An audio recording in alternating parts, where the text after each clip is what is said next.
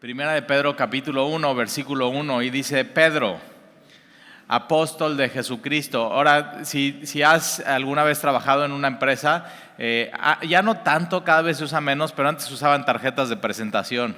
Entonces tú ponías, ¿no?, ahí tu título, entonces ponías si eres licenciado, ingeniero, maestro o doctor, y pones tu nombre y pones todos tus datos y es tu presentación. Y aquí Pedro lo que está haciendo es eso. Al principio de esta epístola, Pedro se está presentando y Pedro, ahora no se tenía que hablar mucho acerca de quién era Pedro, porque Pedro era un líder en la iglesia primitiva y todo el mundo había escuchado de él, había escuchado de sus historias. De hecho, se dice, ¿no?, que Pedro, cuando iba a visitar una de las ciudades, iba caminando y de broma le hacían kikiriki, o sea, por el gallo, ¿no? Se iba pasando. ¿Tú crees que no se bulleaban en ese tiempo entre ellos? O sea, entonces, ahí está. Pedro negó a Jesús 3 veces porque Jesús le dijo, ¿no?, al cantar 3 veces el gallo, tú me vas a negar. Y eso es lo que sucede. Ahora, Pedro fue un líder en la iglesia primitiva, fue uno de los 12 discípulos, apóstol, aquí dice de Jesucristo. Apóstol es enviado por Jesucristo, apostelo, con un mensaje que es el mensaje del evangelio. Y Pedro, o sea, yo de veras quiero mucho a Pedro y lo amo, quiero platicar con él algún día, pero Pedro es el que como que, qué bueno que él preguntó eso, porque yo me hubiera visto mal si hago esa pregunta. O sea, se equivoca, pregunta mal, a veces dice cosas que no debería de decir, y tú y yo podemos leer acerca de él en los evangelios y nos sorprende un hombre así tan como es él, Pedro, ¿no? Era un hombre pescador. Y Pedro, por ejemplo, cuando está Jesús en Cesarea de Filipos, no en Cesarea Marítima, está con Jesús y Jesús les pregunta: ¿quién dicen los hombres que soy? Y entonces ellos dicen: no, pues unos dicen que eres un maestro, otros dicen que eres Elías, otros dicen que eres un profeta. No, ahora, y Jesús les cambia la pregunta y les dice: ¿ustedes quién dicen que soy? Y Pedro es inspirado por Dios, dice: tú eres el Cristo, el Hijo del Dios viviente. Y entonces, o sea, Jesús se voltea y le dice: bien has dicho, Pedro, porque lo que has dicho no te lo ha revelado carne ni sangre, sino mi Padre que está en secreto. Entonces tiene una revelación Pedro de parte de Dios en ese momento. O sea, tiene mucha claridad de quién es Jesucristo. Tú y yo hemos de pronto tenido esas como revelaciones de Dios, que como que no entendías algo y de pronto escuchas un mensaje o lees tu Biblia y ¡pum!, Dios te revela algo y tiene una tremenda claridad. Y Pedro tiene eso, de pronto una tremenda claridad, pero versículos después Jesús está hablando de va a sufrir, va a ir a la cruz, va a morir, y Pedro va y le empieza a aconsejar, lo toma al lado y le empieza a decir: no sufras. O sea, después de una revelación así, Jesús y le dice: bien, Pedro, lo que has dicho te lo ha revelado Dios. Y despuesito, el mismo Pedro, Jesús le está reprochando y le está diciendo: apártate de mí, Satanás. O sea, bipolar espiritual el cuate. O sea, por un lado muchísima claridad, y a los siguientes versículos ya es satánico lo que está diciendo. Ahora, ¿por qué le dice Jesús eso? Porque Pedro le está diciendo: no sufras. Y alguien que te dice eso, ¿no?, y hay un evangelio y hay un cristianismo que no es el verdadero, que te invita a no sufrir. O sea, no tienes que sufrir. O sea, para de sufrir, te tiene que ir bien, te venden prosperidad. O sea, si simplemente pasas al frente, oramos por ti, va a ser prosperidad, vas a hacer dinero, no va a haber enfermedades en tu vida. Y lo que vamos a ver aquí, y Pedro se le quedó, o sea, imagínate que Jesús te diga eso: Satanás, apártate de mí. ¿Cómo que no tengo que sufrir? Jesús tuvo que sufrir para lograr algo, y Jesús hizo la obra más hermosa que ha visto la humanidad en medio del sufrimiento. Así es, o sea, así es el evangelio, ese es el camino. Y entonces Pedro se le queda grabado, y por eso en las epístolas estas de Pedro va a hablar de eso, va a hablar de una visión que le dio Jesús acerca del sufrimiento, acerca de la vida, acerca de la eternidad, y es un poco lo que vamos a ver aquí con Primera de Pedro. Entonces, Pedro, apóstol de Jesucristo. A los expatriados de la dispersión. Ahora aquí, y mira, dice a los expatriados de la dispersión en Ponto, Galacia, Capadocia, Asia y Bitinia. Ponto, Galacia, Capadocia, Asia y Bitinia es lo que hoy es Turquía. Entonces, aquí esta carta es de las cartas o las epístolas generales, no va dirigida a una persona en particular, no va dirigida a una iglesia, sino va dirigida a todos los cristianos, incluyéndote a ti y a mí. O sea, te vas a dar cuenta, es una carta súper personal de Pedro para nosotros, pero al final es de Dios para nosotros, y te vas a dar cuenta cómo Dios en medio de esta epístola nos habla. Y entonces, ¿a quién va dirigida? Va dirigida a los expatriados. Esta palabra expatriado, no, alguien que es expatriado es que no es de ahí. O sea, no es, y hay mucha gente, por ejemplo, aquí le preguntas a alguien, oye, ¿tú eres de aquí de Veracruz? No, pues no soy de aquí. Entonces es una persona y le dices, ¿de dónde eres? No, pues chilango. No, pues sí, mejor di que sí eres de aquí, ¿no? Pero es eso, expatriado es alguien que no es de aquí, ¿no? Acabo de regresar ayer en la noche de un viaje de Cancún, fui a una convención de mi trabajo y Cancún está lleno de expatriados. O sea, te encuentras gente de aquí, mucha gente de Veracruz ha ido allá a trabajar. Y sí, pues hay mucho trabajo y hay dinero y el mar está bonito y hay playa, pero está re peligroso. Y yo digo, pues bueno, ahí está, Dios les bendiga. Y entonces, pero es eso, expatriados que no son de ahí, que son peregrinos, que son extranjeros. Y una de las cosas que tienes que recordar siempre en tu vida es que esos somos nosotros. Tú y yo somos peregrinos y somos extranjeros, ya no somos de aquí. Nuestra ciudadanía ya está en los cielos. Entonces tienes que vivir pensando de esa manera. Ahora que estuve en la Convención Nacional Textil allá en Cancún, muchos de los textileros en México son judíos. Y ellos siempre su mentalidad es somos expatriados, o sea, no somos de aquí. Y ellos saben que en cualquier momento puede venir una persecución contra los judíos, siempre han sido perseguidos. Y ellos saben, tenemos que estar listos para salir. Y tú y yo como cristianos siempre tenemos que saber esto, tenemos que estar listos para ir con Jesús. Tenemos que estar ya listos para salir siempre.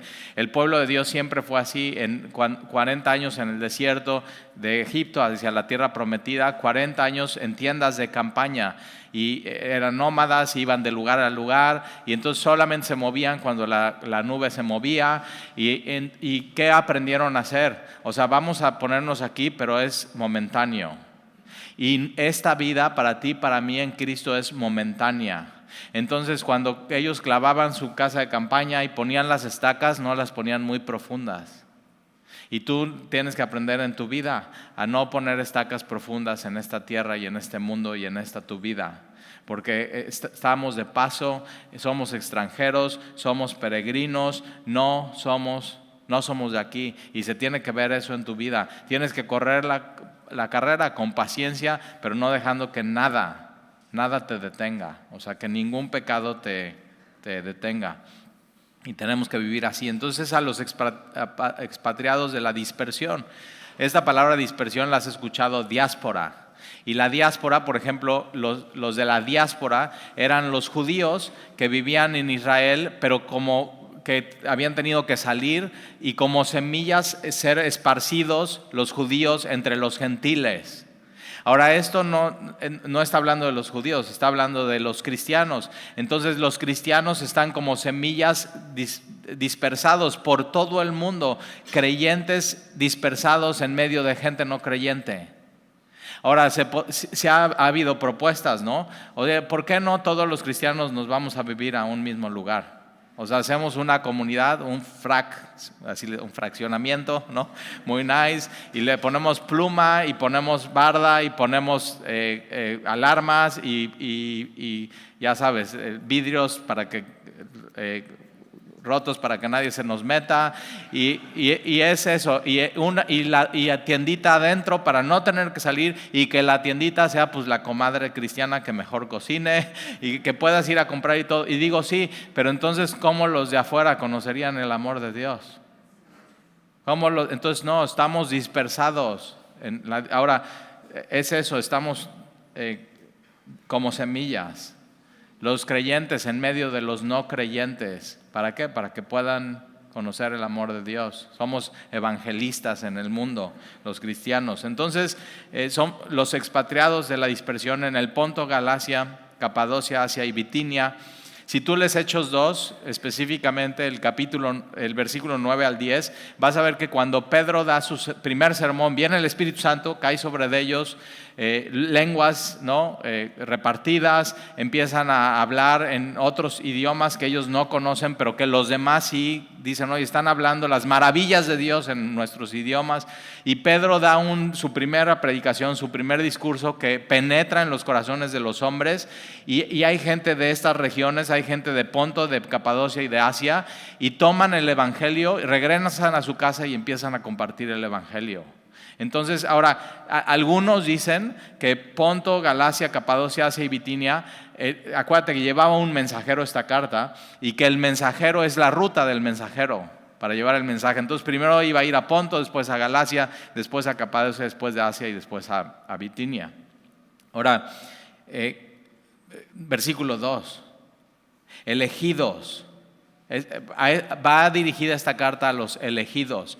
Ahora, en el Antiguo Testamento los elegidos era el pueblo de Dios. En el Nuevo Testamento, tú y yo que hemos puesto nuestra fe en Jesús, somos los elegidos de Dios. Y ahora eso es muy importante porque Jesús, ahora Pedro estuvo con Jesús y Pedro escuchó sus enseñanzas, y posiblemente Pedro se le quedó grabado cuando Jesús, y eso lo puedes ver en Juan 15, 16 al 18, cuando Jesús les dice a sus apóstoles, ustedes no me escogieron a mí, sino yo los he escogido a ustedes. Y por eso Pedro dice, nosotros somos los escogidos.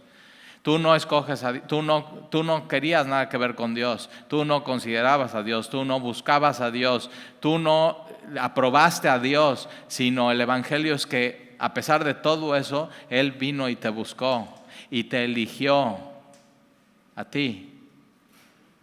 Somos los elegidos de Dios. Entonces eso eres expatriado, eres peregrino, eres extranjero, no eres de aquí, eres de la dispersión y eres escogido por Dios. Elegido según la presencia, no es presencia, sino presciencia. Entonces dices, ¿qué es eso? Así se te traba la lengua, ¿no? Presciencia. Y es ciencia. Ciencia es conocimiento. Y es conocimiento previo. Entonces Él te escogió en su plan, en su programa previo, o sea, conociéndote previamente, aun cuando tú ni siquiera habías existido. Él te eligió, te preeligió, te seleccionó. Ahí está. Entonces, algunos dicen eso, tienen esa posición, y la semana pasada alguien me preguntaba, Talí, entonces somos preseleccionados por Dios, o hemos sido predeterminados o preelegidos por Dios, y yo digo sí, o sea, claramente la Biblia dice eso, y dice, pero ¿cómo sé que yo soy preelegido? Y digo, no sé, tú dime, ¿ya aceptaste a Jesús o no? Sí, pues ya sí fuiste preelegido. Si tú estás aquí y no has aceptado a Jesús y quieres ver si eres elegido, no acepta a Jesús y vas a ver que sí. O sea, sí, muy, muy fácil y muy claro. Calvino no es quien inventó esto de que hemos sido predeterminados o preelegidos. Tampoco fue Pablo, tampoco fue Pedro, fue Jesús. Y es muy claro, nada más es cuando Jesús dice, tú no me escogiste a mí, yo te escogí a ti. Y te escogí con conocimiento previo de qué ibas a hacer, de qué ibas a decir, lo rebelde que ibas a hacer, lo pecador, lo gacho que me ibas a hacer, te escogí. Y eso le lleva más gloria a Dios. ¿A quién escoge Dios? A los pecadores como tú y como yo. Así.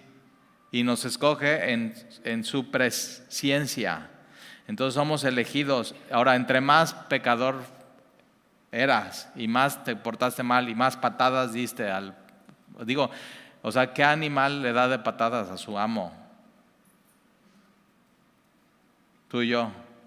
Así, Él nos hizo, Él nos creó, Él nos formó en el vientre de nuestra madre. ¿Y qué hacemos? Nada más tenemos tantita capacidad y somos rebeldes contra Dios y pateamos.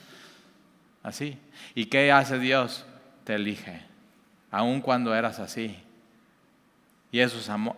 Lo que está haciendo Dios es mostrar quién es Él, sus atributos, su bondad, su clemencia, su misericordia, al decir, yo te elijo a ti. Ahí está, entonces, elegido según la presencia de Dios Padre en santificación del Espíritu, es la obra del Espíritu. El Espíritu es el que te está convenciendo, el Espíritu Santo es el que hace la obra ya de salvación, tú entiendes, Dios me escogió a mí, y entonces también lo escojo a Él. Pero es primero Él a ti. Y Juan capítulo 1, más a todos los que le recibieron a Jesús. Sí, tienes que recibir a Jesús como tu Señor y tu Salvador. A todos los que creen en su nombre. Y su nombre involucra todo su ser, todos sus atributos, todas sus enseñanzas. Les ha dado la potestad de ser hechos hijos de Dios. Entonces la obra del Espíritu. Ahora, versículo ahí 2 adelante dice, para obedecer. ¿Para obedecer a quién? A Jesús.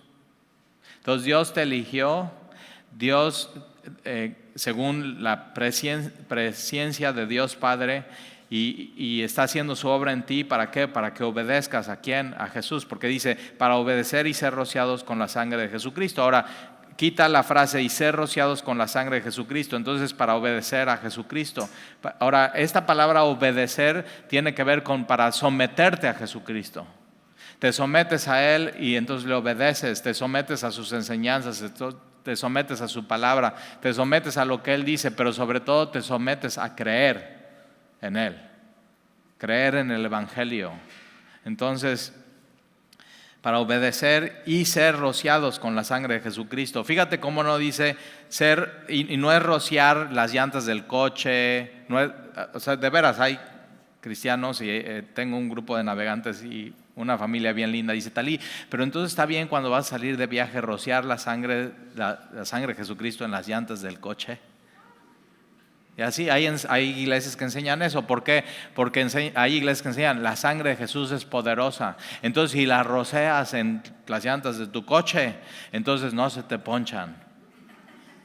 A mí se me han ponchado muchas llantas y digo, pues no he sido eficiente con mis oraciones o qué.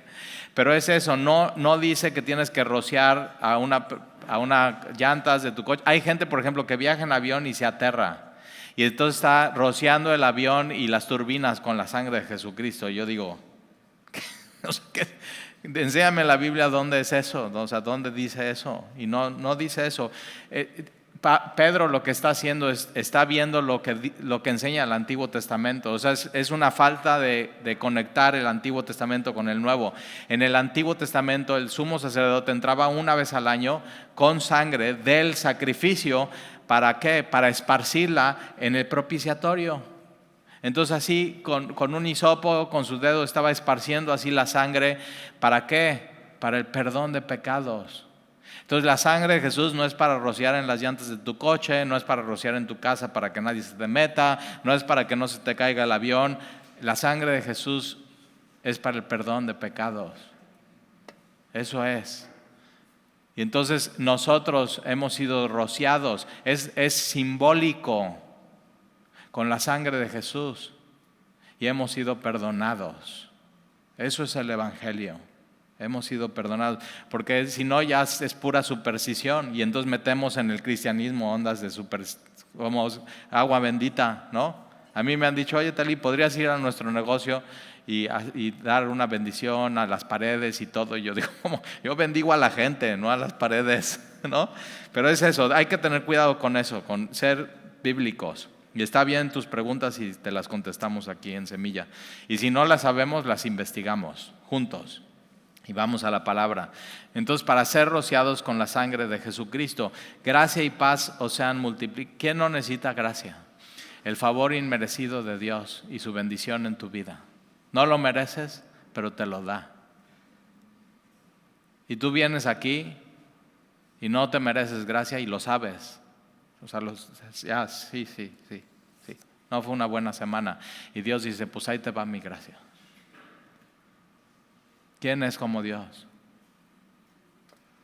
Gracia y paz. Primero gracia y después paz. ¿Quién no necesita paz? Y no dice que va a ser la gracia y la paz adherida a tu vida. Con eso tendríamos, pero no dice adherida, no dice sumada, dice multiplicada. Entonces Dios te da gracia y paz para hoy, pero no solamente para hoy, sino también para mañana y para pasado mañana. Y es una gracia multiplicada que, ¿qué crees? No te la puedes acabar. Y es lo que tú y yo necesitamos. Y es lo que Dios, el Dios de la Biblia ofrece. Gracia y paz os sean multiplicadas. Versículo 3. Bendito el Dios y Padre de nuestro Señor Jesucristo, que según su gran misericordia, no es según tu gran misericordia, no es según tu clemencia, no es según tus buenas obras, no es según qué buena onda eres, no es según qué buena persona seas, es según su grande misericordia nos hizo renacer. No me hice renacer. Esta palabra renacer es nacer de nuevo. Jesús la usó en Juan capítulo 3. Nicodemo, es necesario nacer de nuevo, nacer del Espíritu, nacer de lo alto. ¿Y eso por qué es? Por su gran misericordia. Tú no podías haberlo hecho. Y Él nos hizo renacer. Él nos hizo que pudiéramos nacer de nuevo. Cuando crees en el Evangelio y recibes a Jesús, naces de nuevo. Es un evento, es un momento en tu vida. ¿Y por qué es? Por su gran misericordia. Tú no aportas nada a la ecuación, es por su gran misericordia. Él nos hizo, no te haces, no te salvas, no naces salvo. Tienes que nacer de nuevo. Entonces, por su sin su misericordia nadie podríamos ir al cielo. Nadie podríamos tener vida eterna. Nadie podríamos tener perdón de pecados. Entonces todos igual. ¿Por qué? Por su grande misericordia. Nos hizo renacer, nos hizo renacer para una esperanza viva. Y nos dio vida. Es una esperanza viva. Y nos dio vida. Antes estábamos muertos en nuestros delitos y pecados.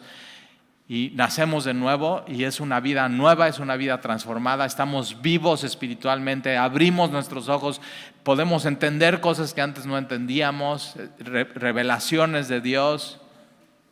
Y todo lo hace Dios. Y qué bueno que todo lo haga Dios. ¿Tú crees que Dios iba a dejar esto tan importante en tus manos? Claro que no. Todo sabe que nos equivocamos, sabe que erramos y no iba a dejar eso, no iba a dejar tu salvación en tus manos. Está completamente en sus manos. Entonces nos hizo renacer para una esperanza viva. Ahora, ¿cómo lo logró? ¿Cómo nacemos de nuevo? Por la resurrección de Jesús de los muertos. Algo tuvo que pasar. Y Jesús tuvo que morir y resucitar. Jesús tuvo que morir por ti, para que tú tuvieras libertad, para que tú tuvieras perdón de pecados. La cruz del Calvario tuvo que derramar su sangre en la cruz para que tú pudieras ser rociada simbólicamente y tener perdón, y Él lavara tus pecados y tu alma quedara más blanca que la nieve. Perdón completo. Entonces, por la resurrección de Jesucristo de los muertos, para una herencia incorruptible, incontaminada, inmarcesible, una herencia. ¿Alguna vez has recibido una herencia? Yo tenía un amigo que íbamos juntos en la preparatoria y en la secundaria, en la prepa. Se llamaba Carlos, le decíamos Olaf, tipazo, y su papá tipazo. Nos daba clases de cómo conquistar chicas, su papá. Yo digo, ¿qué onda con este cuate así? ¿No? Un enamorado, empedernido, trovador, así. Y entonces nadábamos juntos de alto rendimiento. Él hacía mariposa y yo crawl. y todas las tardes íbamos íbamos en la misma escuela, entonces era muy cansado el ir y venir, y íbamos a la alberca y regresábamos a la escuela a hacer tarea, entrenábamos en las mañanas, en las noches, y entonces una de las cosas que sucedió es que de pronto empezaron a tener problemas financieros y dejaron de pagar la escuela. O sea, y se veían preocupados, no tenían dinero, así, y de pronto se pone mal la abuelita y se muere. Y les deja a la abuela una herencia, y sí, muy tristes y todo, pero la semana llegaron a pagar todo lo que debían de la escuela y más, o sea, pagamos el año completo. O sea, sí, y una camioneta nueva, me acuerdo, una pick-up blanca, nuevecita, o sea, les fue, pero ¿qué crees? Al año se acabaron la herencia. O sea, no les duró nada. Y una de las cosas que vamos a ver aquí es que la herencia que tiene Dios para nosotros no es así. Porque dice versículo 4, es una herencia, es única. La herencia que Dios tiene para ti, para mí, es única. No hay algo igual. Y vas a ver por qué. Tiene 3 características: incorruptible, incontaminada, inmarcesible. Y vale la pena ver estas 3 palabras. Incorruptible es que no se echa a perder, que no envejece, que no le afecta el salitre. O sea, nosotros cuando llegamos aquí a vivir a Veracruz, ¿no? Y ya, pues vamos a cambiar la chapa del baño, y nueva, la mejor calidad, así. Y al año, ¿qué pasa? Ya no funciona. Y me enojaba porque no puede ser. ¿Y qué pues, tiene garantía? No, señor, pero es que aquí el salitre. Y me enojaba así. Y digo, ahora ya no me enojo, porque entonces me hace recordar que todo en este mundo se echa a perder. Pero la herencia que tiene Dios para nosotros no se echa a perder. No envejece, todo envejece. O sea, ve una foto tuya hace 10 años. Todo en este mundo envejece. Todo en este mundo pasa de moda. Todo mundo, o sea, todo, o sea, tu coche, dices, Talí, no, me compré un coche del año. Digo, el próximo año ya no va a ser del año. O sea, todo en este mundo. Y Dios tiene algo único para nosotros, que es incorruptible, que es inmortal, que es incontaminada. Esta palabra incontaminada es pura, perfecta, sin defecto, que no hace daño. Por ejemplo, cuando se echa a perder, se contamina la comida. Te compras unos tamales y dices, ya, estos los vamos a guardar, mañana nos los comemos. ¿Y qué pasa? Que no te los comiste porque conseguiste algo mejor. Y dejas tus tamales una semana en el refrigerador y los sacas y ya no están tan buenos, y si te los comes te hacen daño. La herencia que Dios tiene para ti, para mí, no hace daño. No se echa a perder. Ayer que volaba de Cancún para acá, Viva Aerobús, te la recomiendo mucho, siempre sale puntual, de veras, de Cancún para acá, siempre. Y entonces ahí vengo y cuando viajo me encanta ver a la gente. O sea, soy un metiche, estoy viendo a la gente, a ver quién me saluda, a ver quién no, a ver cómo responden, estoy viendo todo estoy viendo, estoy analizando todo. Y entonces ya me siento en mi lugar y entran unos viejitos y se sientan al lado de mí, N95, súper cuidados de la pandemia, no se quieren contaminar. Ojo, la herencia que Dios tiene para ti no se puede contaminar. Todo en este mundo se echa a perder, todo en este mundo se va a contaminar. Entonces ahí están, pero antes de sentar, espérate, entonces está la viejita y ella toma ventana y está su esposo. Y entonces el esposo se sienta y le dice a la mujer, no, párate, casi le da un infarto al señor, así. Y entonces se para rápido y yo viendo, todo yo viendo, ¿no? Y entonces se para rápido y saca de su bolsa un spray y hace psh, psh, psh, psh, psh. Digo, ya se sentó, ¿ya qué? O sea... Y ahí están con sus sprays y con su N95 y todo. Y acuérdate, o sea, cuando empezó la pandemia había gente N95 y 3 más abajo. Yo nada más te veía y digo, ay, qué lindo, hermano. O sea, de veras, empieza a ver, tienes que ver a la gente, o sea, y disfruta el mundo y disfruta a tus hermanos y disfruta tus conciudadanos mexicanos y así ámalos. Y entonces ahí estoy, y cuando así, ¿y qué pasó? Se ponían N95, 3 capas, de bata azul, ¿no? Y estos para viajar, había gente que viajaba con esto. ¿Y qué? Se contaminó. No sirvió de nada. Y lo que tenemos en el cielo es incontaminable, es puro, es único. Una herencia incorruptible, incontaminada e inmarcesible. Esta palabra inmarcesible es inmarchitable. El otro día le compré unas flores a mi esposa, te recomiendo que lo hagas seguido. Posiblemente tu matrimonio cambie con eso, así, de pronto, así. ¿Por qué no es mi aniversario? No importa, te amo, ahí está, a ver. Te conviene, no seas burro, hazlo. Créeme. O sea, 100 pesos, 100 pesitos. Y te cambia tu semana, todo, es para ti. Y entonces ahí voy, y entonces ¿qué es lo que he hecho? Ya no nada más le compro a mi esposa, sino tengo una mujer en la casa, 19 años, Alexia cumple 20 en diciembre, y entonces ya digo, no, deme 2, una para mi esposa y una para mi hija, ya llego con eso a mi casa, y al día siguiente así es, Andy, ay qué lindo, ya las ponemos en el comedor, bajamos al día siguiente a desayunar y están así.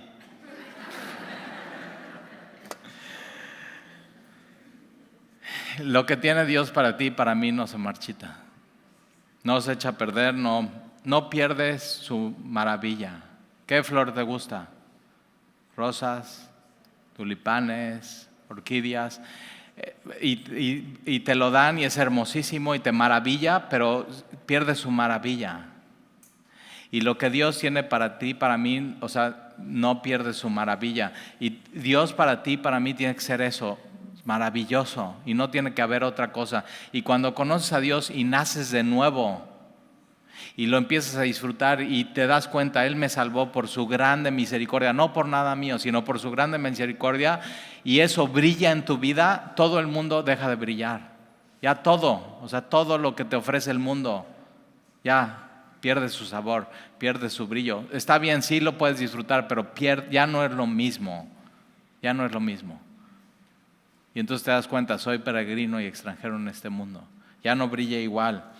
Entonces, inmarcesible. Vamos a llegar más adelantito al capítulo 5, ahí en Primera de Pedro, donde habla un pedazo acerca de los pastores y de los líderes en la iglesia. Y Pedro dice eso, que cuando aparezca el príncipe de los pastores, ¿sí sabías que los pastores tenemos un jefe?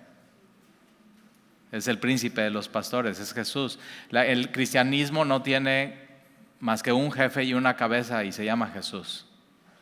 Es el príncipe de los pastores. No hay otra autoridad que Él para nosotros. Y entonces dice, cuando aparezca el príncipe de los pastores, les dará una corona inmarcesible de justicia. No va a perder su brillo. Y yo digo, yo quiero eso. O sea, entonces vale la pena hacer lo que hacemos y eso. Y va a ser fíjate, inmarcesible, su justicia y su resplandor, su brillo no va a pasar, su gloria de esa corona no va a pasar, y es la gloria de Dios cayendo sobre la cabeza. Y al final eso no es, ni siquiera va a ser para nosotros, porque vamos a tomarlo y vamos a decir, no Señor, la gloria es para ti, eso. Y hay varias coronas que habla el Nuevo Testamento. Igual un día hacemos un estudio acerca de eso. Pero es gloria que no se desvanece, que no se marchita, que es 100% pura y no pasa. Y entonces el mundo deja de brillar.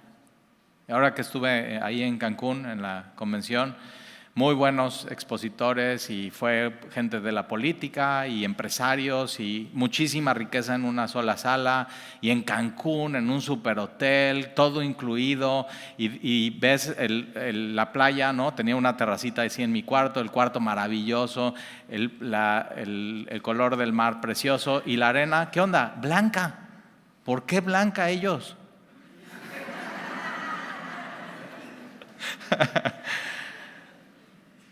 Pero todo así, todo muy hermoso así.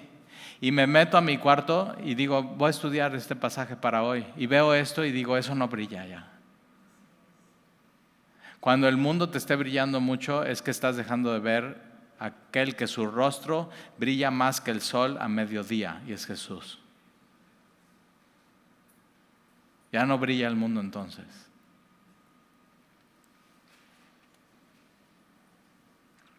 Todo se echa a perder, todo se marchita. Y Dios tiene algo único. Y mira lo que dice, reservado en los cielos para vos. Ya está reservado. Ya está.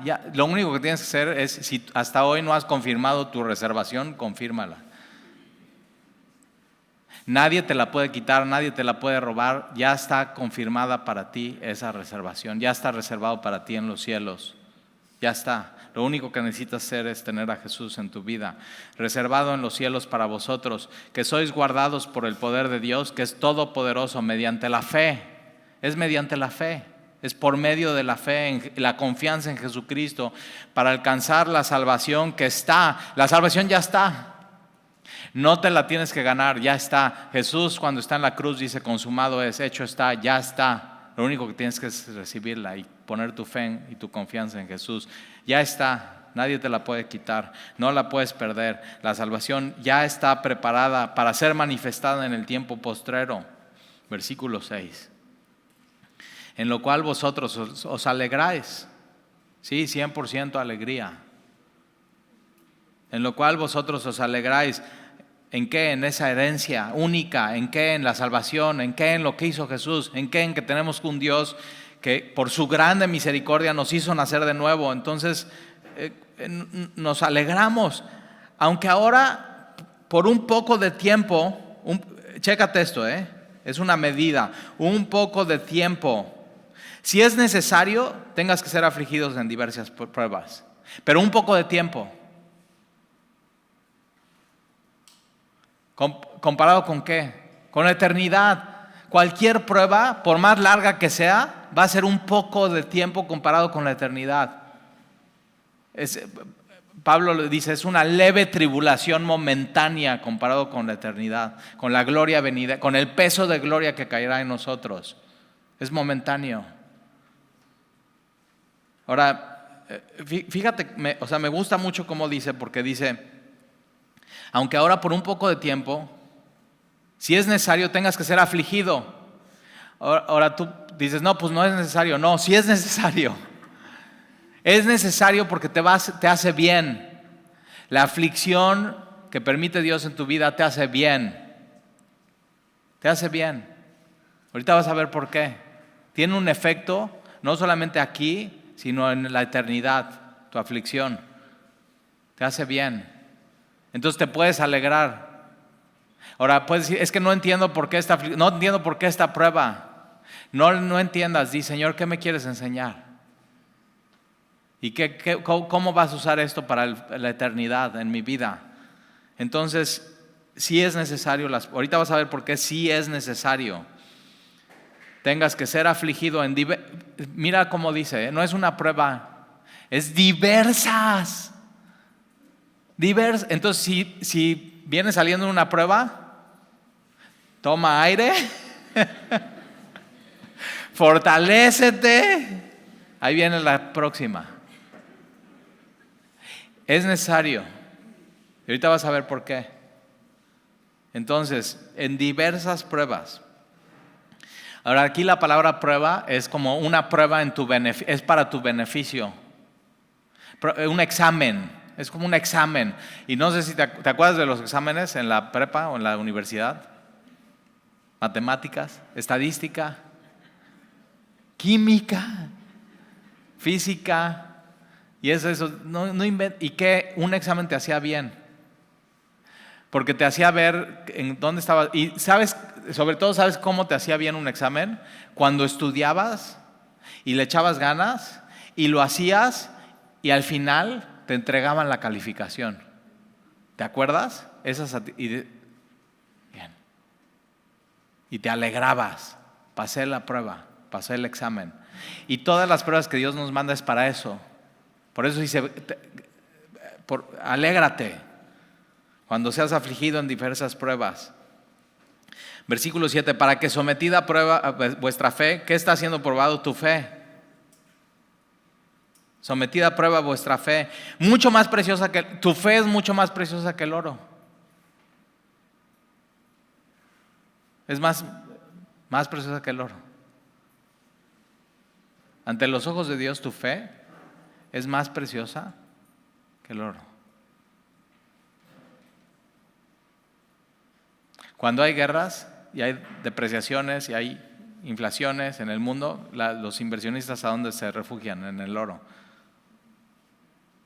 Y para Dios tu fe es más precioso que eso. Entonces, sometida a prueba, mucho más preciosa que el oro, el cual, aunque perecedero, se prueba con fuego.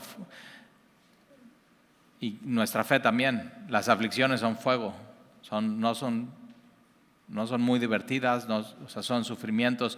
Pero ahí se prueba tu fe. ¿Y qué es lo que cuando el oro se pasa a temperaturas muy fuertes, lo que se hace es que se purifica y lo puedes ver en National Geographic o en uno de estos, ponlo, o Google o YouTube o lo que sea. Y entonces toda la contaminación y la escoria sube y lo limpian y lo vuelven a pasar por oro y otra vez todo está siendo purificado y limpian eso. Y Dios en medio de las pruebas hace eso.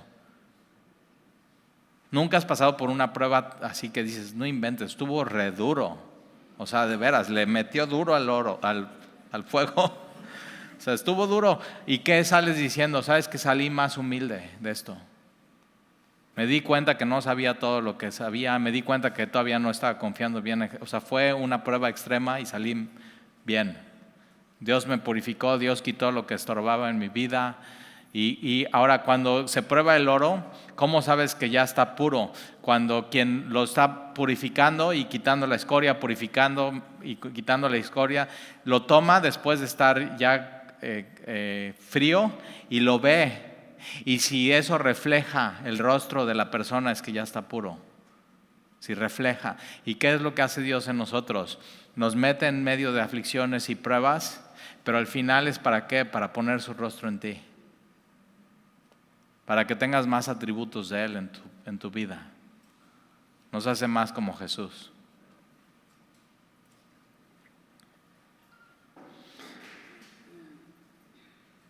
Entonces, sea hallada en alabanza, gloria y honra cuando sea manifestado Jesucristo. Las pruebas, cuando tenemos fe en medio de ellas y confiamos más en Jesús, y pasamos el examen, van a tener un efecto en la eternidad cuando estemos delante de Dios, porque esa fe le va a llevar a Dios alabanza y le va a llevar gloria, le va a llevar exaltación. Entonces no es tiempo perdido, es al revés, es gloria para Dios. Versículo 8. Hablando de Jesús, a quien amáis sin haberle visto. ¿Alguien aquí ha visto a Jesús? Pedro sí, cara a cara. Y tú y yo no. Y ellos quienes están recibiendo esta epístola no. Y Pedro dice, ustedes aman a Jesús sin haberle visto. ¿Tú crees que, ve qué obra de Dios? Que le amamos sin haberle visto. Tenemos algo que los apóstoles no tuvieron. Ellos lo vieron y le amaron. Pedro lo vio y le amó. Y tú y yo no lo vimos y le amamos. Bienaventurados los que no vieron y creyeron. Y no lo vemos, pero con fe lo vemos en las Escrituras. Y con fe lo conocemos. Y con fe oímos su voz que no se oye en su palabra. Eso es. Entonces, a quien amáis sin haberle visto, en quien creyendo, aunque ahora no lo veáis, ahora no, pero un día sí. Ahora no, pero un día sí, un día le vamos a ver. Y nuestras pruebas le van a llevar alabanza, gloria y honra a Él.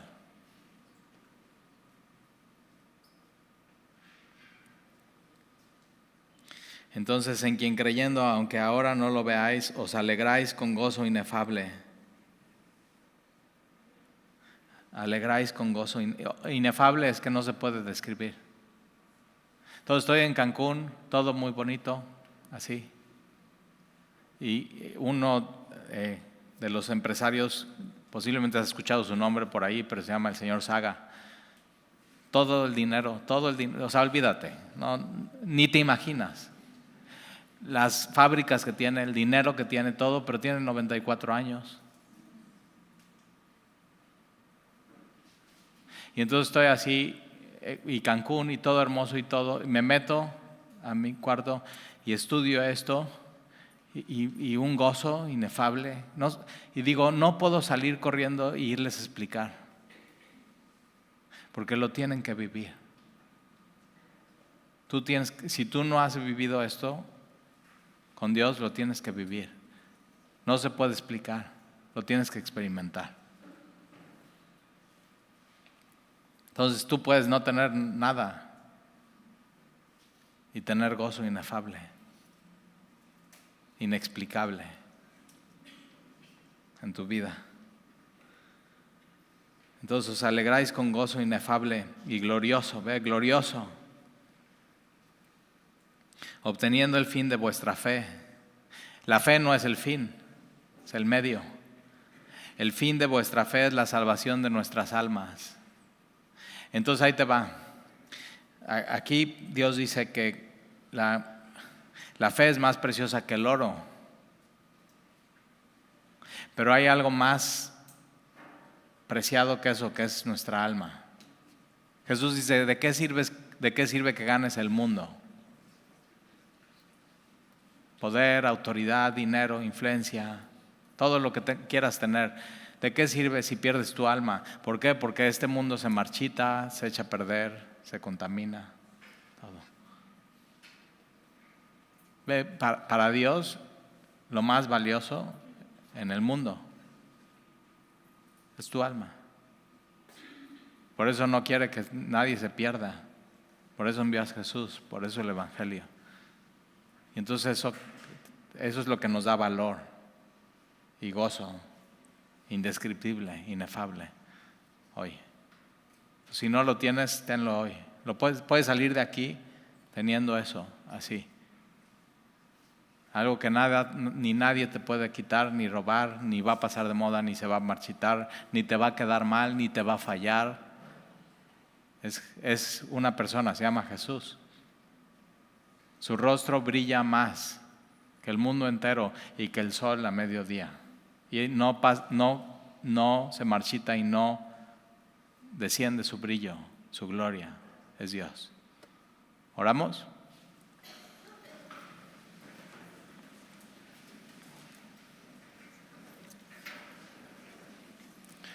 Y Señor, te damos gracias por tu palabra, gracias por tu amor y por tu bondad, por tu grande misericordia que nos hizo renacer, nos hizo nacer de nuevos y tenemos una esperanza viva y nos has dado vida por la resurrección de Jesucristo, nuestro Señor y nuestro Salvador, que resucitó de los muertos, pero que murió por nosotros para darnos una herencia que es única, incorruptible, incontaminada, inmarcesible, reservada ya para nosotros. Nadie nos puede quitar eso porque hemos sido guardados por el poder de Dios mediante la fe y la salvación que ya está preparada, ya está, es un hecho para ser manifestada.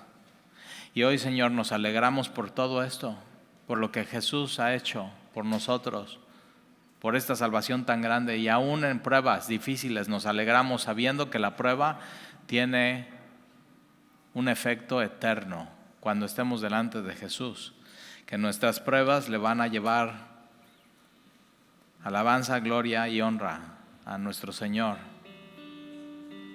a quien amamos sin haberle visto. Entonces, imagínate, Dios, cuando veamos a Jesús cara a cara, ¿cómo no le vamos a amar más y más? Eso quiero. Un día verte, Señor.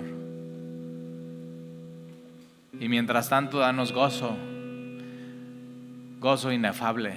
Gozo que no se puede explicar. Gozo que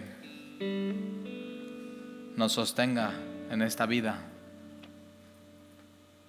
Gozo que se vea. Y te lo pedimos, Señor. Llénanos de tu gozo hoy. Gracias por recordarnos lo que Jesús hizo por nosotros y por lo que nos has dado, que esa gloria no se apaga ni se desvanece, sino es eterna. Y te lo pedimos en el nombre de Jesús. Amén.